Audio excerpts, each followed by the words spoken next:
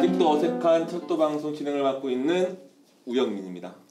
안녕하세요. 현장의 조합원들의 목소리를 전달하는 김혜린입니다. 네, 오늘 다시 또 찍게 됐죠. 오늘 또 자리에 모셨습니다. 또 새로운 얼굴도 있고요. 우리 각자 한번 소개 듣는 시간 갖도록 하겠습니다. 예, 철도노동조합 기획국장 박상현입니다. 안녕하십니까. 철도노조 청량리역 지부 김명환입니다. 요새 가장 문제를 일으키고 있는 철도노조의 비정규직이 담당하고 있는 부국장 김영준입니다. 어떻게 지내셨어요? 잘 지냈습니다. 네, 별일 없었고요. 별일 없었습니다. 별일은 좀 많았던 것 같기도 하고 눈이 기름지겠어요. 점점 늙어가고 있습니다. 아, 그래요? 어떠세요? 최근에 복직했죠? 저는 복직했습니다. 저 4월 16일 날 복직했는데 복직 한 열흘 만에 조합에 급한 일이 있다고 빨리 오라 그래서 저희 끌려왔어요. 박수 한번 치고 시작할까요? 복직을 축하합니다. 어디서 근무? 청량역에서 근무하고 있어요. 같은 지부네? 자주 보겠네요. 워낙 거리가 멀어서요. 네. 분당 쪽이시잖아요. 아, 저는 경강선에 근무하고 있습니다. 아, 청량리역 지부가 굉장히 커요. 아, 그렇게 넓어진 거예요, 그 때문에? 네. 그렇죠. 보기 힘들겠네요. 그렇죠. 네. 만날 일 없지 뭐. 이런 일이 있으면. 제가 굳이 만나야 되는 사람이 아니었어. 만나도 좋은 일이 많아진 거나 뭐. 어떠세요? 그 느낌이? 아니 네. 너무 편해요. 너무 좋더라고요. 일단은 뭐 제가 해고 생활 한 15년 했는데 스스로 생각하기에 너무 적응을 잘하고 있다는 생각이 들었어요. 아, 내가 마치 계속 일해왔던 듯한 저만 직원들 그렇게 생각하지 않을 텐데. 괜찮네요. 다행이에요. 저희 지부에서도 다들 막 신나갖고 예, 조합도 좋아.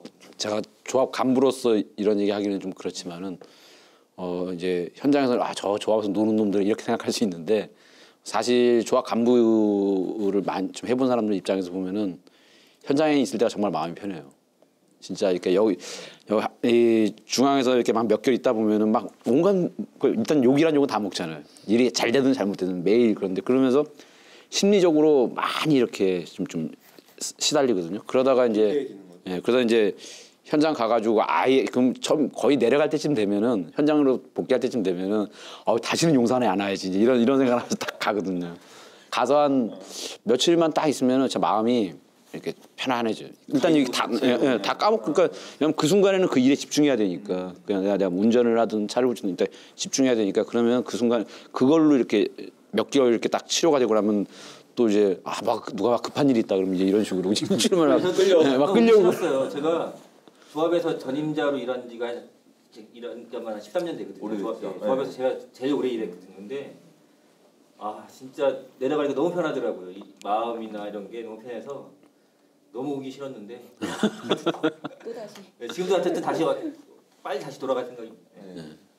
지금 진행되던 일이 있으니까 지금 비정규직 문제에 대해서 하고 맡고 있는 일 자체가 이렇게 사실 티도 안 나면서 일은 엄청 많고 머리 아픈 그렇죠. 거죠. 네. 온갖 불만과 불평들이 저한테 다 몰려드는 비정규직. 비정규직 당사자도 그렇고 정규직 요새는 이제 정규직 노동자들의 요구도 있고 예전으로 보면 비정규직 노동자들의 요구도 제가 해결하기가 되게 어려웠고. 근데 이전에는 한 1년 전이나 몇 개월 전까지는 이 비정규직 문제에 대해서 사실은 관심들이 대부분 다 없었는데 요즘엔 가장 핫한 관심이 쏠리면서 지금 그러니까 딱 현장 내려간 지 9일 만에 다시 올라오지 않으면은 지금 도대체 이 문제를 누가 어떻게 지금 저거 할 거냐 이런 상황인 거죠. 그럼 바로 본론으로 들어가서 그 얘기를 계속 그냥 진행을 하죠. 그 비정규직 지난번 4월 13일이죠. 지난달 13일 날 호남고속차량지부 신입조합원 62명이 철도노조 탈퇴 성명을 발표했어요. 그리고 이어서 17일 날은 수도권 동부본부 차량직렬 조합원 48명, 그다음에 대전 철도차량정비단 차량직렬 신입조합원 35명이 지지 성명을 발표했죠. 내용인즉슨 성명의 내용은 그러니까 여러 가지 현재 정규직들의 문제도 산적한데 여기서 직원이 늘어난다. 그런 문제점들을 제기하고 있으며 이것은 청년 실업 문제가 산적한데 그 문제, 취업 준비생들의 기회를 박탈하는 것이다. 그다음에 기존 정규직 직원들의 권리도 중요한 것이다. 그런데 이해 당사자인 기존 직원들의 아무런 설명도 동의도 없이 일방적으로 진행하고 있다. 이런 것을 묵과할 수 없다. 그래서 청년 조합원들도 스스로의 권리를 찾기 위해서 나서겠다. 이렇게 성명을 발표했어요. 그래서 그 직원들을 지금 현재 청년 조합원들이 가지고 있는 이제 문제, 궁금증들 그런 것들 좀 몇 가지 물어보겠습니다. 현재 그 비정규직 조합원들은 6급으로 채용이 되는 것인가요? 그러니까 직접 고용할 경우에 6급 채용을 저희가 노조가 주장하고 있는 거죠. 노조가 주장을 하고 있는 것이다. 그러면 그 경쟁이 없거나 조건이 없는 정규직 전환인가요? 고용 승계를 원칙으로 하니까 경쟁은 없는 거고요. 다만 조건은 있는 거죠. 조건이라 하면 저희가 이제 아까 6급이 왜 6급이냐, 그러니까 저 6급 채용이냐고 이렇게 사람들이 물어보긴 하는데 왜 6급 채용이냐는 잘 안 물어보더라고요. 근데 사실은 6급 채용을 제가 철도노조에서 주장하는 이유는 사실은 비정규직 당사자들의 문제는 아니에요. 그러니까 비정규직 당사자들 저희가 뭐 얘기도 해보면 다양한 의견들은 있지만 되게 현재 방식으로 얘기되고 있는 무기계약직 7급, 뭐 6급과 관련해서 특별하게 어떤 꼭 6급이 아니면 안 된다 이런 의견들은 없어요. 오히려 뭐 7급도 가능하고 무기계약직도 가능하고 이렇게 의견들을 내는 거죠. 다만 이제 6급이어야 한다라는 건 철도노조의 요구예요. 철도노조가 굳이 6급이어야 한다라고 얘기하는 건 사실은 7급이나 무기계약직으로 채용이 되면 기존 직원들의 인건비 문제를 해결할 수가 없기 때문에 저희가 주장을 하는 거거든요. 이를테면 저희가 7급이나 뭐 7급으로 채용이 되는 경우에 사실은 7급 정원들을 가져오게 되는 거거든요. 이렇게 되면 이후에 7급에서 6급으로 승진되는 인건비나 이런 것들을 기존 직원들이 다 나눠내야 되는 문제가 발생을 하고 있고요. 또 하나는 이제 지금도 7급 직원들의 정원이 해소를 못하고 있거든요. 저희가 기간제 그 노동자들을 정규직 전환하는 과정에서 7급을 신설했는데 현재 그 정원은 아직도 해결 못하고 있어요. 그래서 현재는 그 정원 대비 현원 600명 정도 더 부족함에도 불구하고 그 7급 정원을 기재부에서 해소를 안 시켜주니까 저희가 신규자를 채용하지 못하고 있는 문제가 발생하고 있어요. 그러니까 7급으로 채용하면 똑같은 문제가 발생한다는 거죠. 기존 직원들이 인건비를 나눠내야 되는 문제가 있고 또 하나는 신규자들을 채용하지 못하는 문제가 있고 문제가 발생하고 있기 때문에 지금 현재 이제 기재부 상황을 보면 우리가 이제 7급을 이제 6급을 다 전환했는데 그러면 이제 철도는 원래 6급을 뽑잖아요. 그러니까 지금 이제 비정규직 정규직 전환 빼더라도 원칙적으로 우리 다 그 공시를 6급을 뽑는데 그럼 7급을 앞으로 뽑을 일이 없잖아요. 그러면 700한 650명 이 정도 정원은 지금 이제 의미가 없는 정원이잖아요. 그럼 이거 근데 일하는 데 필요한 정원인 거 아니에요. 그래서 이거를 그럼 6급, 5급, 4급, 3급에다 이렇게 좀 뿌려라 이렇게 이제 요구를 한단 말이에요, 기재부에. 근데 지금 현재 기재부의 이거에 대한 입장은 뭐냐면은 이제 앞으로 7급 안 뽑을 거니까 그러면 7급 정원은 날려라. 철도공사에서 아예 없애라는 거예요. 예?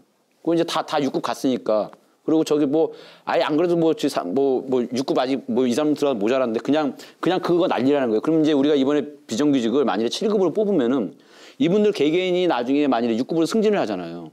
그럼 이 7급 TO, 이 7급 정원 TO를 그 사람들이 1000명이 됐든 2000명이 됐든 그 7급 정원 TO를 6급으로 바꾸는데 다시 승인을 받아야 돼요. 예? 왜냐하면 그러지 않으면 인건비가 안 늘어나요. 처음부터 6급으로 전환을 시키면은, 그러니까 6급이나 이렇게 전체 다 뿌려가지고 6543 이게 통합직급을 해가지고 들어가면은 그 돈이 다 들어오는 건데 7급으로 있는 상태에서 6급으로 이걸 하는 건 또다시 승인을 받아야 돼요. 그런데 지금처럼 만일에 기획재정부에서 지금 650명에 대한 입장처럼 날려라 이러면은 우리가 업무까지 다 가져오고 소위 말해서 비정규직을 정규직으로 전환시켜서 업무를 다 가져왔는데 그 똑같은 업무를 이제 이분들이 다 승진하고 나면은 그 들어온 2,000명 없이 해야 되는 거예요. 지금 현재 있는 인원은 현재 있는 정원으로 해야 되는 거예요. 그러니까 이제 저희가 신규자들을 이를테면 이제 지금 정규직 전환 뭐 직접 고용 전환 대상으로 철도공사가 얘기하고 있는 한 뭐 1,700명 중에서도 사실은 60세 이상인 분들이 한 40% 되고 50세 이상인 분들이 거의 한 70% 가까이 되거든요. 근데 저희가 정규직 전환이 되면 실제로는 신규 채용들이 1년 안에 이제 막대한 신규 채용들이 이루어져야 되는데 7급 정원의 문제는 사실은 신규자를 뽑아야 되는데 6급으로 채용하지 못한다는 문제가 발생하는 거죠. 한번 정원을 가져와 버리면.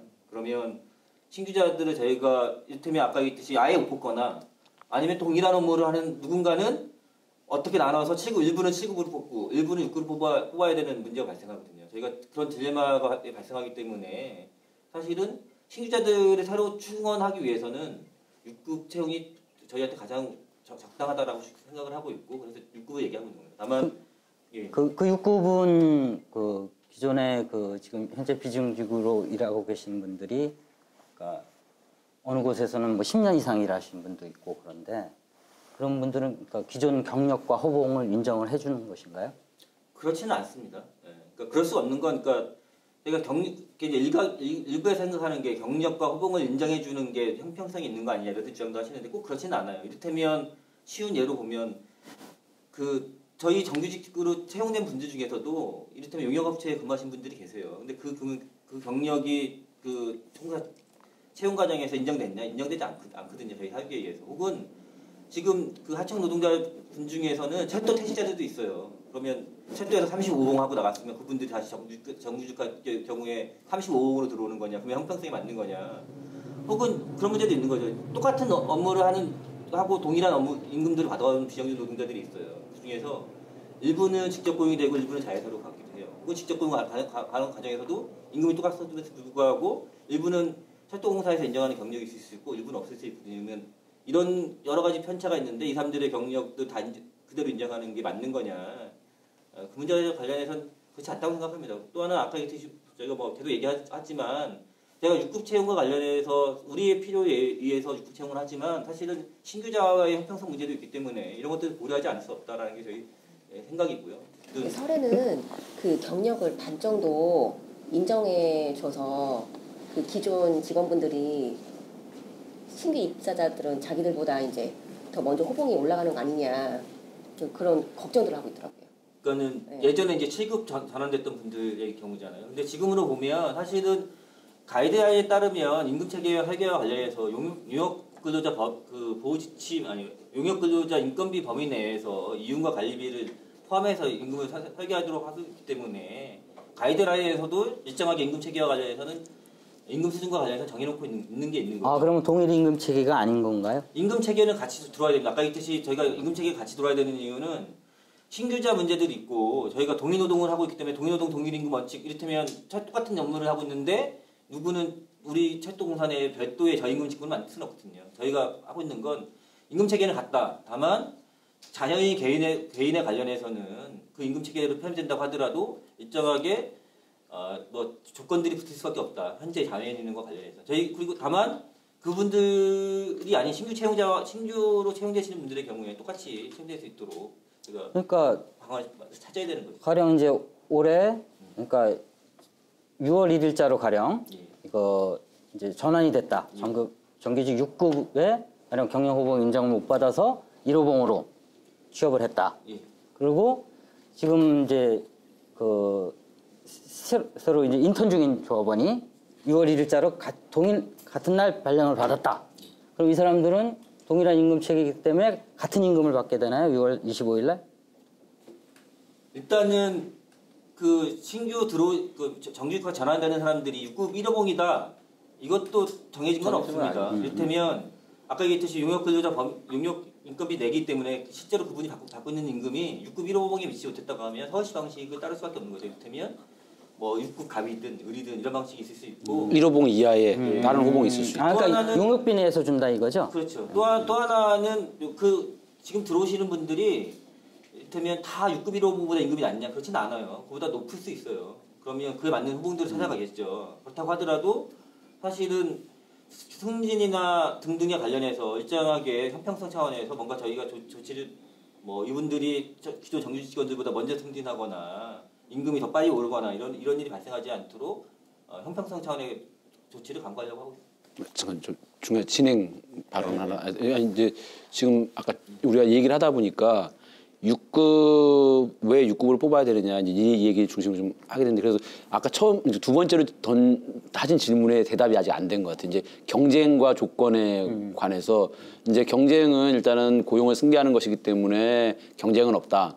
그런데 이제 이게 조건은 있다. 그래서 그거에 대해서 아직 대답이 안 되고 그냥 6급으로 넘어가 버린 거죠. 그 지금 아니 그 좀 조건과 관련해서 얘기한 게 사실은 아까 채용된다고 하더라도 우리랑 똑같은 방식으로 경력을 인정하거나 하는 방식은 아니다라는 거죠. 조건과 관련해서. 네. 그리고 그러니까 이제 형평성의 문제 이런 것들에 대한 조건들이 있을 것이다라는. 얘기가 그거는 이제 사실은 확정이 안 돼 있는 내용. 협의 중인 거죠. 협의 중인 거고 그리고 그렇죠. 진행 또한 그 노사 전문가 협의회에서 진행이 맞습니다. 되고 있는 예, 거고요. 예, 예. 노사 전문가 협의회는 우리만 있는 게 아니고 그렇죠. 예. 여러 그 노사 전문가 협의회에서 노라고 하는 것도 철도 노조가 아니에요. 그러니까 그 여러 뭐 정식 명칭은 근로자 대표단이잖아요. 이를테면 뭐 한철노나 민주여성 노조나 등의 다른 노조도 들어와 있고 용역업체 대표들도 다 참여를 하고 있는 거죠. 다만 그렇죠. 네. 아까 했던 얘기들은 철도 노조의 입장은 사실은 철도 노동자들의 이와 요구들을 반영해야 되는 문제가 있기 때문에 이와 요구를 반영하기 위해서 그런 입장들을 가지고 교섭에 임명하고 있다라는 거죠. 그 이와 요구를 반영하기 위한 노동조합의 입장이라는 것은 결국 기존에 들어와 있는 우리 그 신규자들이 받을 수 있는 불이익이나 이런 부분들이 없도록 하기 위한 거잖아요. 두 가지 원칙이 있다고 봅니다. 기존 직원들의 인건비를 손실보는 방식으로는 접근할 수 없다라는 게 첫 번째고 또 하나는 이 전환되시는 분들 외에도 이분들이 나가시면 TO가 발생을 하는데 신규자들은 다시 경쟁 채용을 해야 되거든요. 그분들에게도 불이익이 없어야 된다. 그분들이 7급으로 가거나 무계약직으로 가거나 이러면서 우리 안에서 신규 채용자들이 또 다른 불이익 이후에 이제 채용된 신규 채용자들이 불이익을 받는 방식이어서 안 된다는 게 그 입장입니다. 자연인은 승계되는데 네. 자연인은 승계되는데 그러면서 함께 업무가 우리한테 다시 통합된 거잖아요. 그 통합된 그 업무에 다시 들어오게 될 이분들이 퇴직하거나 하면 다시 들어오게 될 사람들한테 불이익을 줘서는 안 되겠다. 그렇기 때문에 이렇게 7급으로 한다든가 아니면 다른 막 이렇게 이제 이런 걸 만들 수 없다라는 거죠. 그 기본적으로 설계되어 있는 6급 체계 안에서 꼭 그 안으로 들어오게 해야 된다라는 거잖아요. 그러니까 그 두 가지를 해결하려고 네. 하면 네. 방식으로서 제가 6급 얘기를 하고 있는 거예요. 근데 그 우리가 이제 임금이 있잖아요. 전체 이제 그 책정된 임금. 그 안에서 이제 나눠 가져야 되는데 인원이 이제 늘어나게 되는 거 아니에요? 그러면 추가 인건비가 확보가 가능한 건가요? 그러니까 그 예산과 정원과 관련해서는 기재부에서 명확하게 정부 방침으로 정원 그 노사전문가 협의회에서 요청한 정원하고 예산 주겠다라고 하는 거기 때문에 예산과 관련한 문제는 없다고 생각합니다. 이제 진행이 되는 과정에서 결정이 되는. 아니요, 이거는 이미 지침이 있는 거예요. 그러니까 정부 이미 지침으로- 정부 지침이 있는 거고 그래서 이제 되게 난감할 때가 뭐냐면은 이 노동조합에서 이거 인건비 어떻게 할 거냐라는 질문들 많이 하시거든요. 그럼 이거는 정원이 확보된다는 거는 인건비가 같이 들어온다는 얘기예요. 그래서 몇 급, 그러니까 이렇게 자연인은 이제 6급으로 되더라도 우리 이제 전체 그 조직의 어떤 비율이나 이제 인력 구조를 망가뜨리지 않기 위해서 3, 4, 5, 6급 아니 이제 통합직급으로서 이렇게 운영되도록 이렇게 이제 해야 되는데 그래서 이제 그렇게 정원으로 확보가 되면은 그거는 기재부에서 정원을 인정한다는 얘기는 인건비를 인정한다는 얘기예요. 근데 그리고 그런 지침이 있고 그러니까 그래서 그거 있다라고 말씀을 드려도 이제 믿기 싫으신 분들은 그게 어디냐. 믿기지가 않는 거죠. 그리고 불만인 것은 무엇이냐면 그런 문제들인 것 같아요. 기존에 우리 노동조합에서 해결해야 될 문제들, 그러니까 성과상여급 15분의 12 문제나 그다음에 승진 문제 이런 문제는 이제 적시되어 있잖아요. 이런 문제들이 산적해 있는데 이 조합원, 그러니까 비정규직 조합원들을 정규직화하기 위해서 여기에 목을 매달아 가지고 거기에 올인하는 것이 아니냐. 그래서 조합원 숫자만 늘리려고 하는 것이 아니냐. 비정규직 문제도 중요하지만 기존 정규직의 권리도 중요한 것이다. 이런 불만들을 가지고 있어요. 그 질문을 저한테 하시면 안 되는데 어떤 문제냐면 저희가 생각하기엔 그래요. 그러니까 제가 이제 비정규직 사업 2013년부터 해왔는데 사실은 제가 어떤 일을 하는지 아무도 몰랐거든요. 조합관분들이 아무도 관심이 없었고 뭐 현장 조합원들은 더더구나 철도노조에서 어떤 비정규직 사업을 하고 있는지 관심이 없었을 것 같아요. 근데 최근에 관심이 폭발했거든요. 비정규직 문제 관련해서 야 우리 조합원들이 우리 간부들이 이렇게 비정규직 문제 관련해서 관심 가지고 처음인 것 같아요. 저는 지금 되게 뿌듯해하고 있는데 지나치게 관심이 갖고 있다 보니까 한 측면으로 보면 저희가 비정규직 문제 관련해서 생각하고 있는 건 철도에서 외주화는 막아야 돼. 더 이상의 외주화는 막아야 돼라는 게 한 측면이 있고 또 한 측면으로 보면 비정규직 노동자들의 처우가 너무 열악하니까 철도의 비정규직 노동자들의 처우는 되게 열악해요. 우리가 생각할 때면 청소년 노동자 분 중에서는 아직도 혈압 백혈도 하시는 분들이 계세요. 그래서 뭐 예전에 우리는 10여 년 전에 없어졌다고 하는데 이런 상황인데 처우 개선이 필요하거든요. 근데 사실은 이제 지금으로 보면 노조 간부들의 입장이나 조합원들의 관심도 사실은 지금 비정규직 저희 철도 비정규직 한 10,000명 된다고 하는데 노조 요구한 대로 한다고 하더라도 사실은 직접 고용되는 분들은 소수예요. 근데 사실 이제 직접 고용 누가 직접 고용되냐 아니냐 이런 거에 이제 모든 관심이 가 있고 사실은 비정규직 문제가 그보다 더 대단히 복잡하고 여러 어려운 문제들이 있는데 그거에 대한 관심들은 좀 떨어지는 것 같아서 약간 아쉽긴 합니다. 근데 이제 철도 비정규직 문제를 얘기할 때는 사실은 우리 지금 이제 현안들을 얘기하는데 그래도 한 번쯤은 이 철도 노조 그러니까 철도 비정규직 역사에 대해서 잠깐은 짚어볼 필요가 있을 것 같아요. 이게 이제 사실 뭐 그 전에도 뭐 여러저런 뭐 이렇게 뭐 공채로 뽑지 않고 이러저런 것들이 이제 그런 분들도 존재하지만은 결정적으로 철도에서 비정규직이 확산되기 시작한 거는 1997년 이후거든요. 1997년에 IMF가 터지면서 그 이후에 이제 민영화 등 실제 우리 사회 자체가 97년 이후에 점점 비정규직의 비율이 높아져가고 그게 50%가 넘어가는 게 이제 노무현 정권 때 그 전체 노동자의 50%를 그 비정규직이 넘어가거든요. 근데 쭉 그런 과정이 있는데 이 안에서 우리가 김대중 정권 초기에 공무원일 때 이때 철도가 4만이었어요. 4만. 근데 당시에 영업 키로가 3,200km였어요. 3,200km. 근데 지금 현재 영업 키로가 얼마인지 아세요? 이제 호남선 개통되고 해가지고 3,800km입니다. 3,800km. 3,820인가 이 정도인데 많이 늘었죠. 그러니까 600km 이상 늘은 거예요. 600km면 거의 한 20%가량이 늘은 거거든요. 그럼 그만큼 업무량도 늘었겠죠.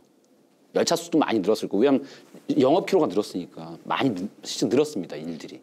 그런데 그럼 철도 지금 현재 공사의 정원은 그러니까 현원 몇 명이거든요. 26,600 몇 명이거든요. 제가 정확하게 뒷자리를 모르겠는데 26,600 몇 명이에요. 4만에서 26,600으로 간 거예요. 14,000은 어디로 갔나요? 그렇죠.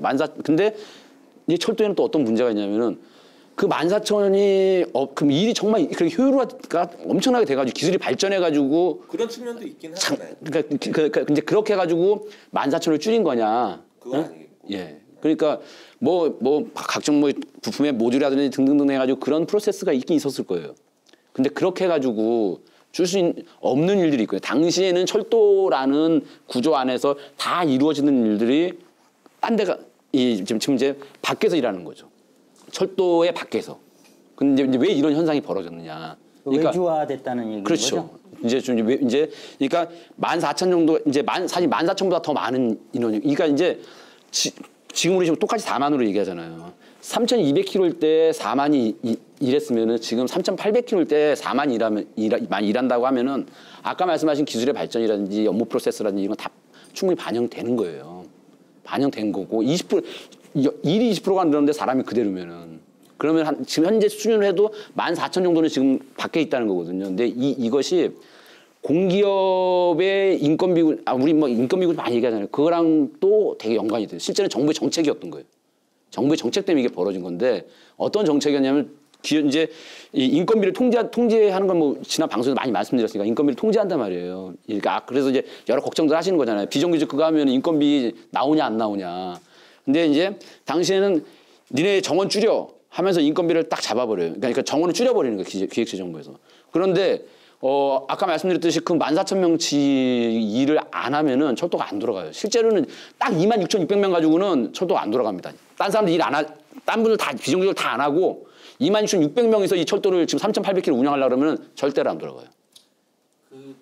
그러니까는 저희 이제 외주화 관련해서 몇 단계가 있었거든요. 단계 있었는데 아까 이제 뭐 IMF 얘기가 하셨는데 실제로 저희가 외주화 뭐 동일 업무가 외주화된 시기는 2003년이에요. KTX가 개통되기 이전에 그러니까 이제 당시에 노무현 정부였는데 노무현 정부가 되게 이제 뭐 우리가 이렇게 알다시피 당시만 하더라도 신자유주의 성장 이게 필요하다 이렇게 주장을 했거든요. 그래서 업무를 핵심과 비핵심을 나누고 비핵심을 외주화하라는 게 사실은 이제 저희 안타깝게도 노무현 정부의 노동 정책이었어요. 근데 그러다 보니까 제가 KTX를 개통하는 과정에서 2014년도에 이제 KTX 개통을 앞두고 KTX 개통을 앞두고 이제 외주화가 시작된 거죠. 근데 그러니까 그러면서 이제 아이러니한 결과를 낳는데 우리로 보면 사실은 저희 뭐 직원들이 생각하기엔 단순하고 납부된 업무들을 외주화되고 주요한 업무들을 정규 직원들이 수행할 거다라고 생각을 하는데 많은 부분에서는 오히려 고속선에서 일하는 업무 똑같은 업무인데 고속선에서 하는 업무들은 외주화되거나 맞아. 똑같은 차량 정비 업무인데 고속 차량을 정비하는 업무는 외주화가 되거나 이렇게 됐던 이유가 사실은 2003년도에 고속철도 개통과 함께 외주화가 시작됐기 때문에. 근데 이제 이게 그래서 이제 제가 하는 말씀을 조금만 더 드리면은 인건비를 하는데 이제 줄이라 그런단 말이에요. 그러면은 인건비를 안 줘요. 인건비 쓸 수 없게 해요. 근데 14,000명씩 일을 시켜야 될 거 아니에요, 철도가. 그러면은 그 이제 14,000명이 이제 한꺼번에 14,000명이 되지 않을까. 처음에는 뭐 한 1,000명, 뭐 몇백 명 이러면서 계속 쌓여서 나중에 이제 14,000명까지 간다고 하면은 그럼 이 사람들을 이렇게 이제 일을 시켜야 되는데 철도공사 월급을 못 주는 거예요. 인건비는 이제 정원을 깎아버렸으니까. 그러면 어떻게 하냐면은 저기서 사업비로 사용하게 해요. 그걸 사업비로 써요. 어떻게 하냐면은 하나는 회사를 만드는 거예요. 자회사를 만들든 아니면 용역회사를 뭐 하든 그 회사랑 철도공사랑 계약을 맺는 거죠. 니네가 철도 일 중에서 요만큼 떼줄 테니까 요만큼 해 이거 하는데 그거 니네가 하기로 하자. 오케이. 그러면 니네 뭐 민건비 얼마 들고 하겠지. 그러면 총회가 통틀어가지고 얼마. 그러면 이거는 철도공사를 보면은 이 업체랑 뭘 한 거예요. 계약을 한 거잖아요. 그래서 그거에 쓰여지는 돈은 사업비예요. 인건비가 아니라. 사업비인데 이 사업비가 주로 어디 쓰이겠어요? 이 자회사와 용역회사의 사람들의 인건비를 쓰이는 거예요. 그러니까 인건비가 사업비의 틀을 쓰고서 집행되는 거죠. 근데 사실은 그렇게 하는 이유가 이유가 사실은 이제 지난 정부에서 계속 외주화를 확대하기 위한 정책이에요. 그렇죠. 그러니까 평가 때도 평가 항목에 들었던 거 아닌가요? 좋기도 하고요. 그러니까 이를테면 인건비는 엄격하게 통제하잖아요. 사업비는 통제가 덜하거든요. 그러니까 사실은 외주화를 하면 할수록 너희들한테 인센티브를 줄 거야.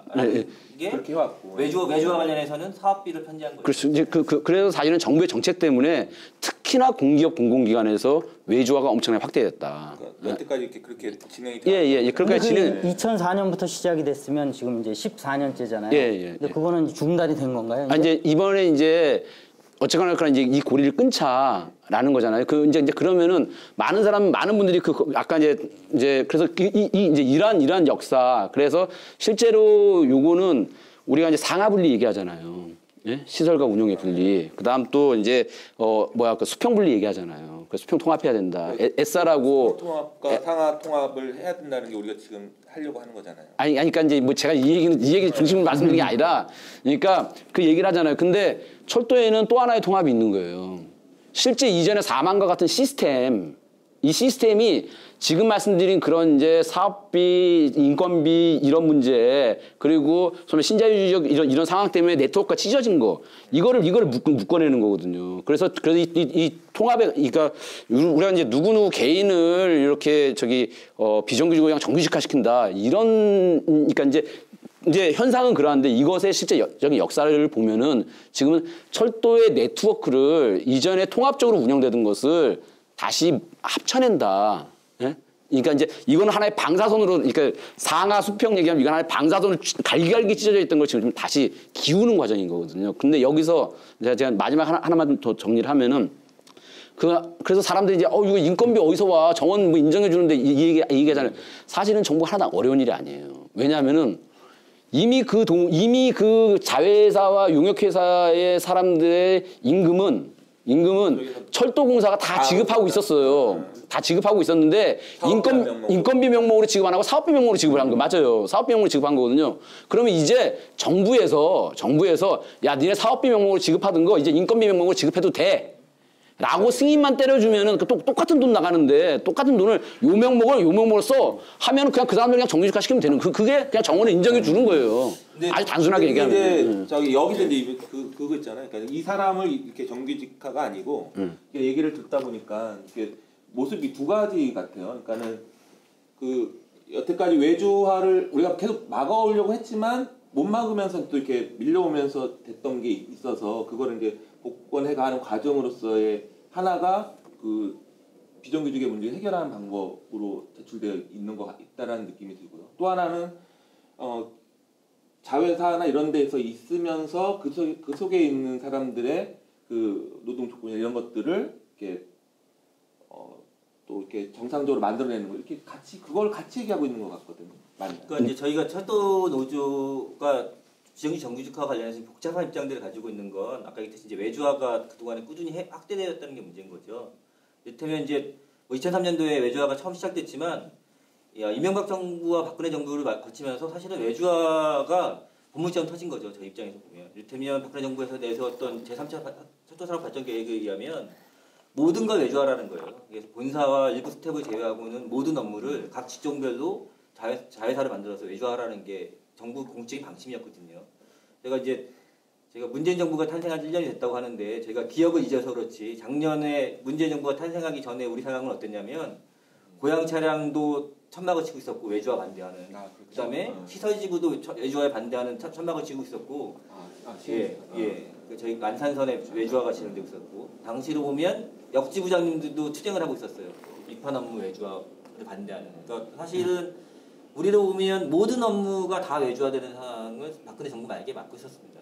그렇기 때문에 저희 입장에서 보면 비정규직 정규직화 과정에서 외주화 관련된 문제와 관련해서 명확하게 더 이상 철도에서는 외주화는 안 돼라는 거를 하나 하고 싶은 게 하나 있고요. 그래서 제가 이제 외주 업무 한원이라고 저희가 표현되는 목표, 저희의 목표가 있는 거고 또 하나는 비정규직 정규직화 자체의 목표가 있습니다. 어쨌든 비정규직 노동자들의 처우를 개선해야 된다. 그게 뭐 직접 고용이 됐든 자회사가 됐든 어떤 방식으로라도 처우 개선이 시적으로 이루어져야 하고 그 역할들을 철도 노조가 해야 된다는 역할이 하나 있는 거죠. 그래서 두 가지 사업들이 같이 진행되고 있는 거고요. 근데 이제 우리 조합원들이나 간부들은 최근에 이제 직접 고용 문제만 워낙 이제 관심이 많으니까 물론 이제 철도 노조에서 가장 중요하게 생각하는 거고요. 이 문제 관련해서는 사실은 이번 기회에 외주화를 막지 않으면 제가 되게 어려운 상황에 처한다고 생각을 해요. 제가 이제 비정규직 정규직화 방침을 처음 만났을 때 저희가 제일 우려하는 건 그런 거죠. 이 방침대로 하면 가이드라인에 의하면 업무의 성격을 따져서 일부 어떤 업무는 직접 고용을 할지 어떤 업무는 자회사로 전환할지를 결정하라는 거예요. 근데 따져놓고 보면 이를테면 그 결과에 따라서는 차량 업무는 자회사로 가도 되는 업무야 라고 하면 어떤 문제가 발생하면 1000명 규모의 차량 정비 자회사가 만들어지는 거죠. 똑같은 거죠. 시설 자회사가 만들어지고 전기 자회사가 만들어지고 하는 상황이 벌어지는 거죠. 저희가 이번 관련해서 이제 정규직화 관련해서 중요하게 생각하는 건 이 정규직화 논의가 마치 저희가 박근혜 정부 시대가 아니잖아요. 근데 이게 자칫하면 마치 박근혜 정부가 주성했던 각종 직종별 자회사가 만들어지는 악순환이 될 수도 있거든요.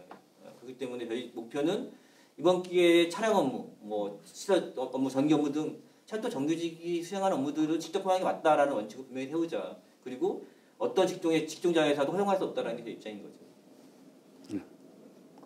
그러니까 좀 그런 큰 틀, 그러니까 철도의 그러니까 철도 네트워크의 역사, 그다음에 우리가 이렇게 좀 부침해 왔던 거, 바로 1, 2년 전이지만은 실제 겪었던 상황 이런 것들과 전체적으로 연관을 속에서 지금 현재 상황, 그다음에 또 이제 비정규직의 정규직화 문제를 또 바라볼 때 또 철도 산업에서의 비정규직의 정규직화는 또 어떤 의미인가 이런 부분들을 좀 종합적으로 좀 고민을 했으면 좋겠어요. 근데 이제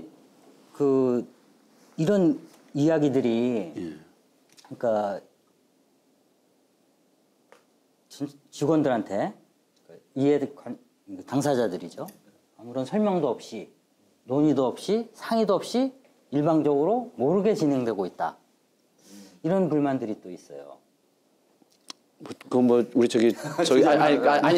잘못이 아니라 뭐 대답해 주세요. 뭐. 그러니까 사실은 왜 몰래 하셨어요? 아까 했던 얘기가 다른 겁니다. 그렇다면 이제 뭐 요새 우리 조합원들이 철도 노조는 비정규직 문제에만 관심이 있어. 다른 건 안 해. 이렇게 얘기하는데 사실 반대였기 때문에 그런 거죠. 그러니까 비정규직 문제 관련해서 이런 방침들이나 관련한 회의 자료들이 아마 작년 5월부터 저희가 문재인 정부가 출범하는 초기부터 문재인 정부가 이런 정책들을 가져올 거라고 저희가 예상을 하고 있었고 그 관련해서 회의 자료들을 쏟아냈어요. 그래서 이 과정에서 우리가 외주화를 막아야 돼.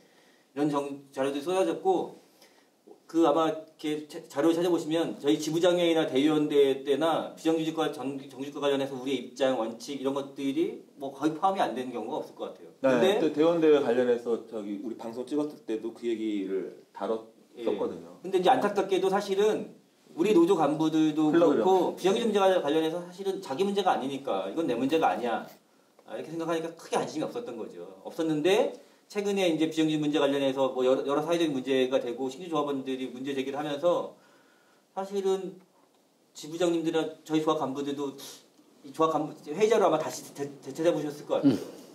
사실은 저희가 이제 적극적으로 설명 못한 부분들도 있는데 그만큼 이제 비정규직 문제와 관련해서 혹은 지금 외주화를 막는 문제와 관련해서 우리 노조 간부들의 적극적인 관심들이 부족했고 그런 과정에서 사실은 조합의 방침들이나 입장들을 노조 간부들이나 뭐 현장에 계신 간부들이 정확하게 설명하지 못하면서 이게 마치 노조가 뭐 비밀스럽게 뭔가를 해온 듯한 이렇게 좀 오해되는 측면이 있고요. 뭐 제가 또 그게 현장 간부들의 책임이라는 얘기하면 안 되고 사실은 저희가 적극적으로 설명하지 못한 문제도 있는 것 같습니다. 그렇다고 하더라도 저희가 주요 정책과 관련해서 적극적으로 설명들을 해왔어야 되는데 이것들이 적극적으로 설명되지 않은 저희 잘못도 있는 것 같습니다.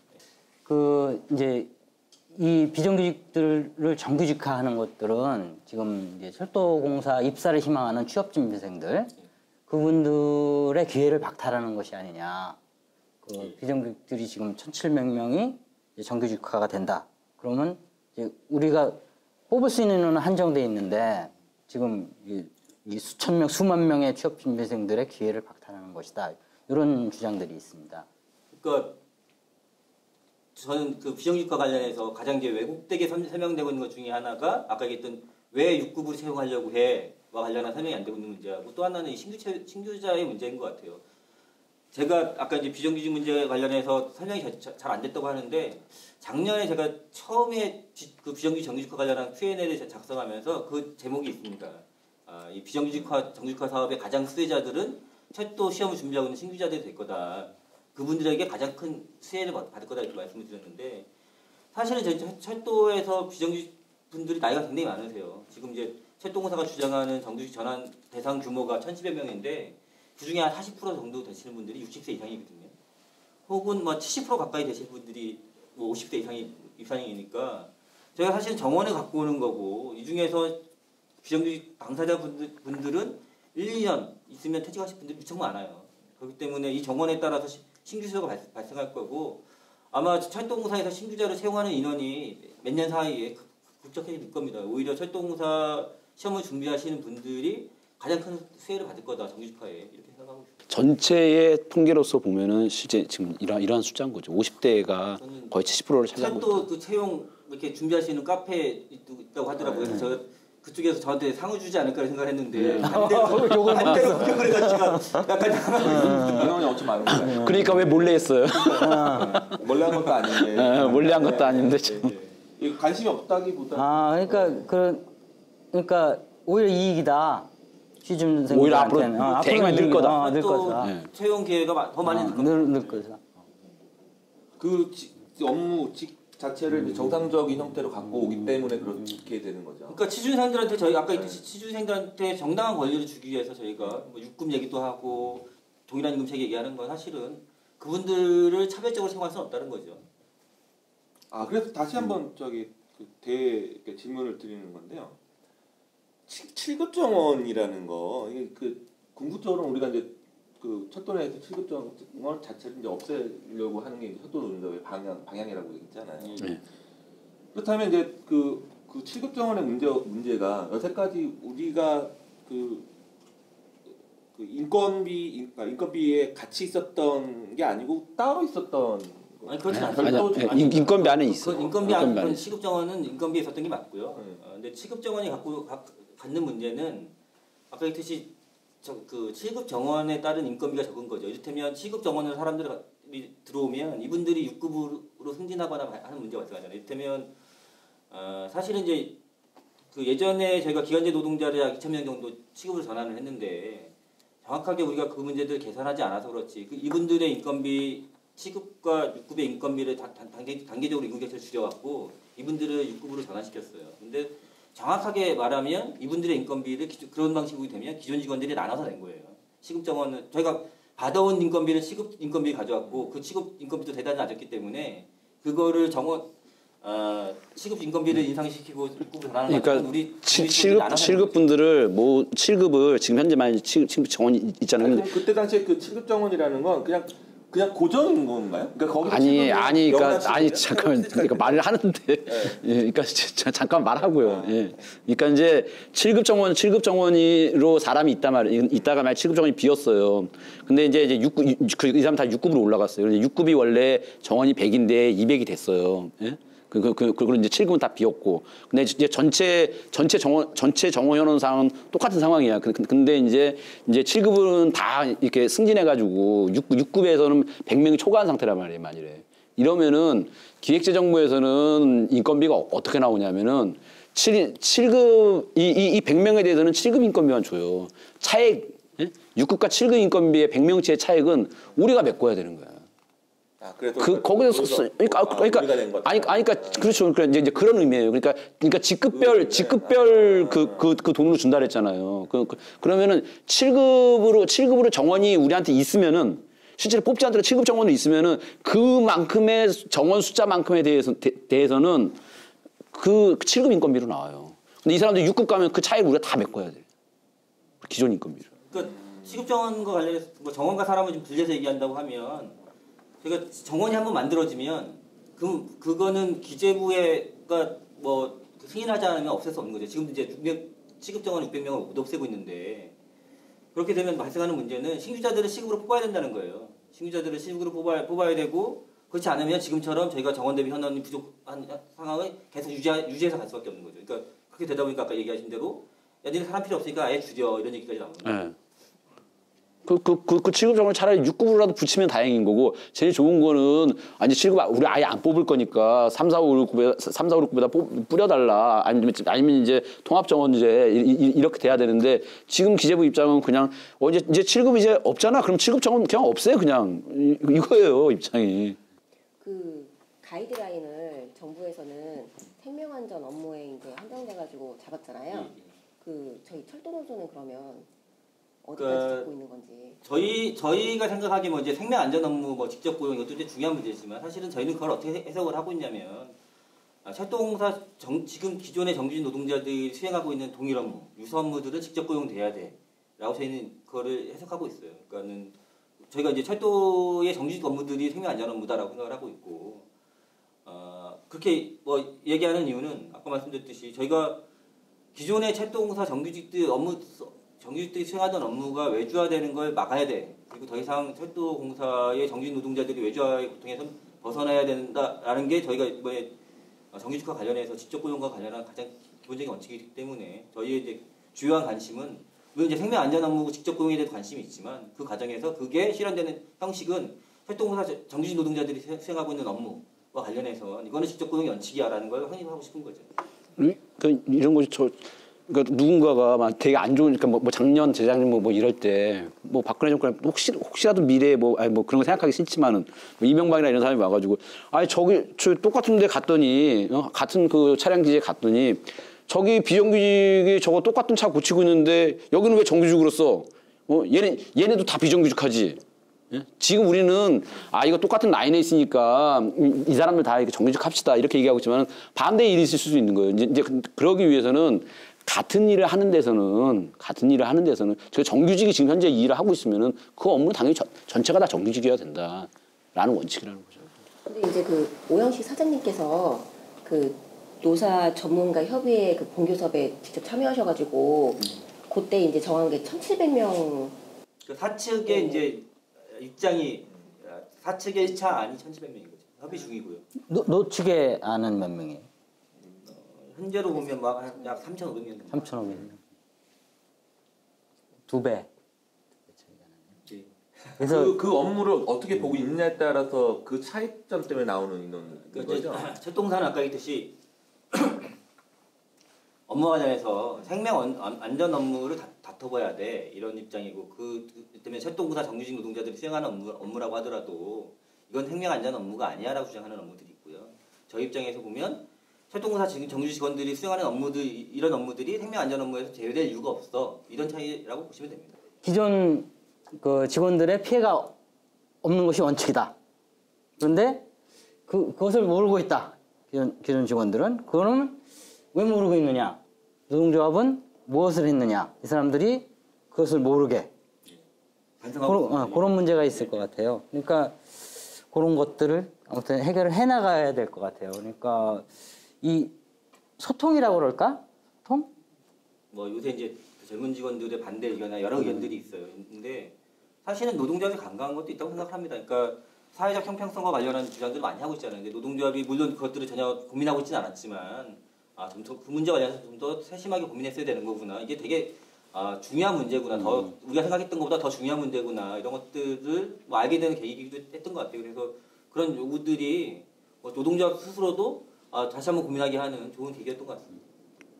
그리고 저는 기분이 좋더라고요. 이렇게 젊은 직원들이 자기 목소리를 내고 이런 것들이 좋더라고요. 꼭 제가 입사했을 때 저도 그랬었거든요. 이 노동조합 마음에 안 들어가지고. 설마 젊었던 시절이 있었을까? 하루했다고. 가령 지금 이제 사측은 1,700명을 이야기하고 있고 노측은 3,500명을 이야기하고 있는데 딱 이제 가운데로 뭐 2,300~400명이 정규직화가 인원이 늘었다. 이렇게 생각을 해보자고요. 그리고 이렇게 세월이 갔다. 그래서 정권이 바뀌었다. 그래서 좀 이상한 이제 무시무시한 정부가 들어왔다. 사용자의 입장에 있는 정부가 들어왔다. 이러면 이제 정원 감축이 들어오는 거 아니에요? 그렇게 되면 이제 다시 구조조정이 시작되는 것인데 그러니까 인원을 이게 늘려놓는 것이 과연 이익일 것인가? 장기적으로 봤을 때 이런 질문도 나올 수가 있을 것 같아요. 그러니까 이제 저희가 들었던 질문이 구체적으로 얘기하면 이랬던 것 같아요. 그러니까 철도공사 2013년도에 저희가 이제 SR 그 분할을 막는 과정에서 뭐 조선일보나 중앙일보나 이런 보수 언론에서 어떤 그 SR 분리의 근거를 어떻게 얘기했냐면 철도공사가 지나치게 매출액 대비 인건비 비율이 높다. 약 46%인데 이건 뭐 유럽의 철도나 이런 데에 비하면 엄청나게 노동 생산성이 낙후된 거다.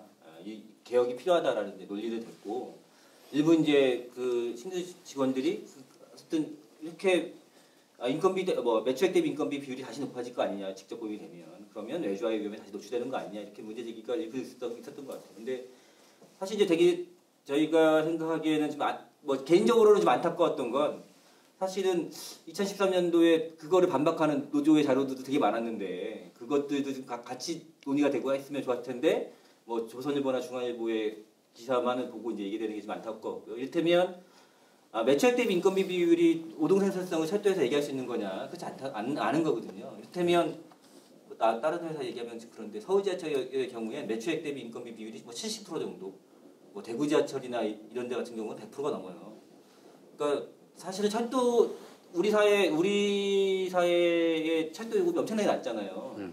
저희가 뭐 일본의 절반 정도, 유럽의 3분의 1 정도인데 10년 전에 지하철 한 구간 가는데 한 사람 원가가 1,900원이에요. 이 정도 지금도 요금이 1,250원이에요. 요금 통제가 되는 사회에서 한국 철도공사처럼 이렇게 노동 생산성이 높은 나라가 없거든요. 이를테면 노동 생산성이 매출액 대비 인건비가 아니라는 건 요금이나 이런 게 통제가 되니까 그에 따라서 들쑥날쑥하잖아요. 그래서 노동 생산성을 매출액 대비 인건비로 따지지 않아요.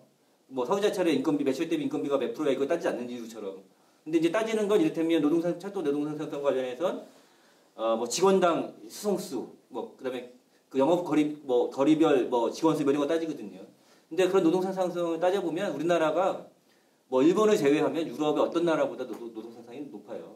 그리고 이제 가장 결정적으로 문제는 뭐냐면 외주화가 매출액 대비 인건비 문제냐 그렇지 않다는 거죠. 핑계지 핑계. 예.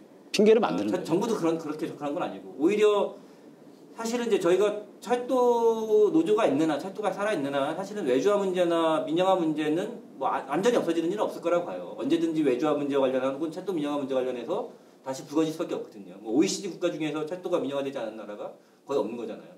부거질 수밖에 없고 보수 세력이 언젠가 집권할 텐데 사실은 매출액 대비 0.1%를 줄이는 게 우리가 혹은 뭐 1%를 줄이는 게 외주화와 관련한 우리가 유리한 고지냐. 반대로 저긴 차량 자회사가 정비하는 자회사가 있어. 똑같은 일을 하는데 아무 문제가 없는데 왜 직접 고용을 해야 돼? 이게 더 문제냐. 저희가 생각하기엔 지금에서 철도 노동자들이 수행하는 동일한 업무들이 문재인 정부에서도 이 업무는 자회사 외주화해도 아무 문제가 없어. 그렇게 해야 되는 업무야. 이렇게 결정하는 건 저희 입장에서 보면 이후 외주화와 관련해서 사실은 걷잡을 수 없는 문을 열어놓는 성격이라고 생각이 들어요. 적어도 우리가 지금 이후에 이제 싸움들이 벌어진다고 하면 야 적어도 지난 정부에서 이런 업무들에 대해서는 우리가 다 노조의 주장이 아니라 노사 전문가가 합의해서 이런 업무는 직접 고용이 맞다고 합의했어. 이건 안 되는 거야. 더더구나 이건 국민의 생명 안전 업무야. 이렇게 얘기하는 게 저희로 보면 언젠가 벌어질 외주화 싸움에서 유리한 차지하는 거라고 봅니다. 그래서 매출액 대비 인건비 얘기는 사실은 좀 지나치게 뭐 너무 소극적이거나 뭐 보수 언론의 정말 뭐 말도 안 되는 얘기거든요. 그런 얘기.